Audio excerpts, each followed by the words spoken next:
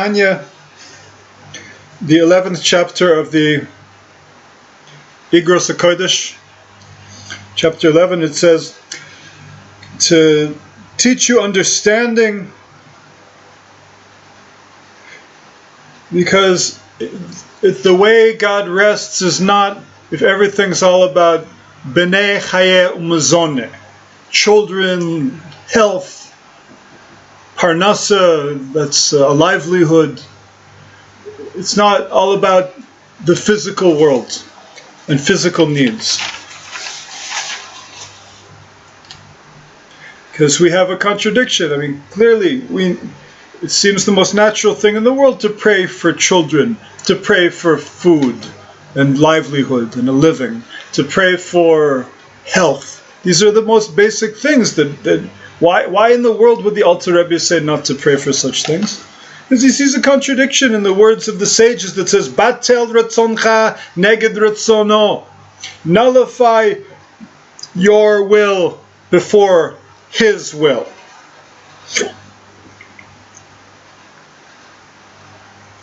That we don't have any desire for anything in this world that I derive benefit from. All health, sustenance, children, these are all things that I derive benefit from.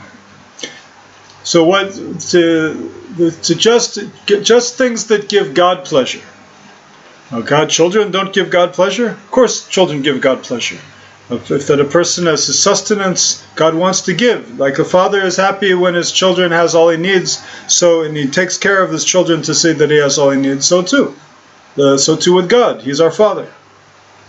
So what does the Alter Rebbe mean with this very difficult introduction? Says that the true faith in the creator of Breshit is that the creation is completely ex nihilo, absolute creation from nothing, creating something out of absolute nothingness.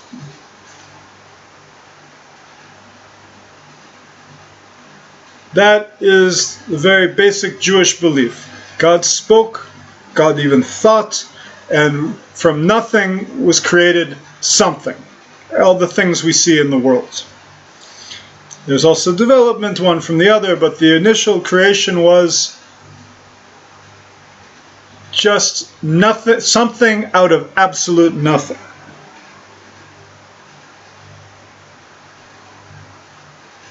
God is called the beginning of wisdom, the first point of wisdom. That's a wisdom that is not understood. We have no access to God's wisdom. But every moment He brings the world into being. Every moment God is constantly evolving the creation of the world. Something from absolute nothingness according to His blessed wisdom, which gives life to everything. And somebody who deeply meditates on this idea to the depths and draws in his mind the being from nothing, the being coming into being from nothing at every moment. How could he say that anything's wrong? If God is constantly bringing something, God is the source of all wisdom. The Father knows best. He brings everything into the world at every second. How could He bring something into the world that's bad for us if He's so smart? We don't see it. There's so many things in the world. The sickness, the loss of children, or a lack of children, poverty. These things, there was an article that I was never... Mother Teresa, everybody loves Mother Teresa.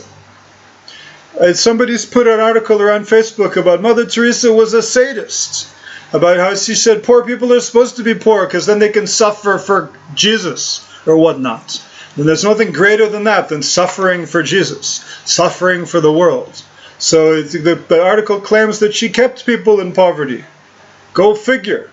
The great Nobel Prize winner, I don't know if she won the Nobel Peace Prize, but probably she did. You can Google that, but I'm not going to waste my time doing that.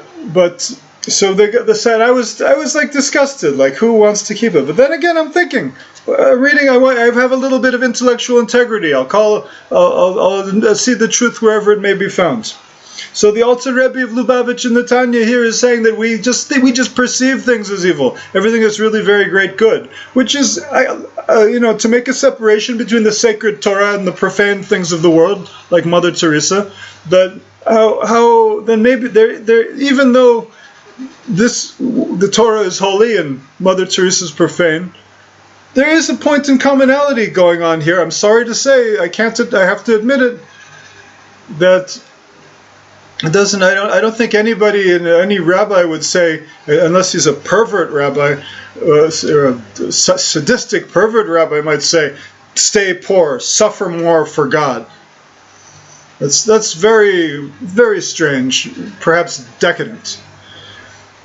But here the Alter Rebbe says, if you truly believe that God is giving you everything and God knows best, then there's no evil. So because the things we can't understand how God calculates things. That one person gets a lot of money, another person gets no money, another person's suffering, but for some reason God is sending him that non-suffering and he has to make the best of his situation. Clearly, okay, try to get out of it. There's a mitzvah to help the person, to alleviate people's suffering, to give people a dignified life is a mitzvah. But still, there's a reason why people are in their situation, and God is giving us everything for a reason, and His reasons are perfect. Because He is perfection.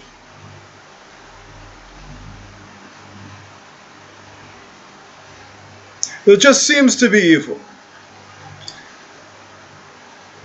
The true faith, the Alter Rebbe says, the most basic aspect of Jewish faith is for man to believe that there's no place devoid of God, there's no place where God does not exist, and no place where the light of the face of the living King does not shine. Everywhere. He's the beginning of all, and as a man should rejoice in this knowledge that God is everywhere, that God is right here with me every step of the way. He was with me. He's with me in the palaces of Scarsdale, and he was with me at the gates of Auschwitz. He's with me every step of the way. And he has a perfect plan, a good plan, why I might be in my palace in Scarsdale, or whether I might be in the gates of the gas chamber. His plan is good. We don't know His plan. That's called ayin. That's above the world to come. The world to come is bina, above that is chokhmah, and above that is ayin. It's coming from nothing. Keter is ayin.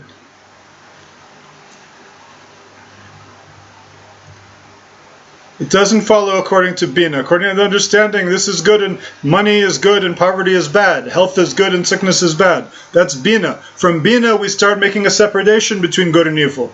But above Bina is Chokhmah. Chokhmah is hidden within Bina. We don't see what the Chokhmah is because we don't see the whole picture. We don't see where it's going to be in one day, or 1 minute from now, or 100 years from now. We don't see how this plan, this elaborate garden of forking paths is going to play out.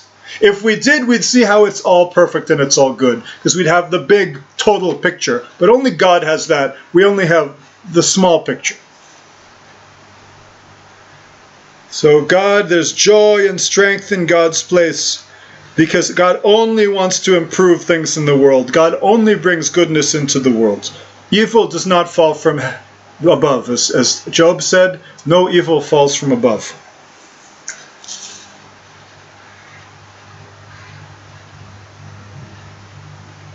And somebody who's sad and complaining and suffering, showing himself that has to show himself and forced to show himself that really he doesn't have very much ra. He doesn't have so much suffering.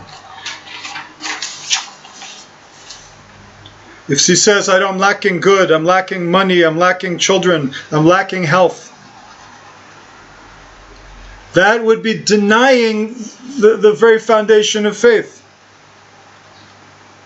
So in that way we can get away from sadness, because no matter how dire the situation is, it's always possible to rejoice in the situation. I know it sounds impossible. How could somebody sitting dying of cancer, I've seen it too many times, say this is all good?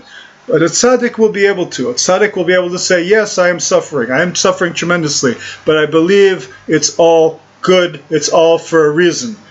When suffering has meaning, it's not suffering.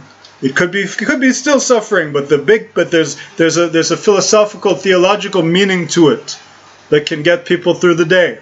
When suffering has no meaning, hang me soon. I don't want to bother with the pain. But if it has meaning, I'll endure the suffering, and I will maybe even rise above the suffering.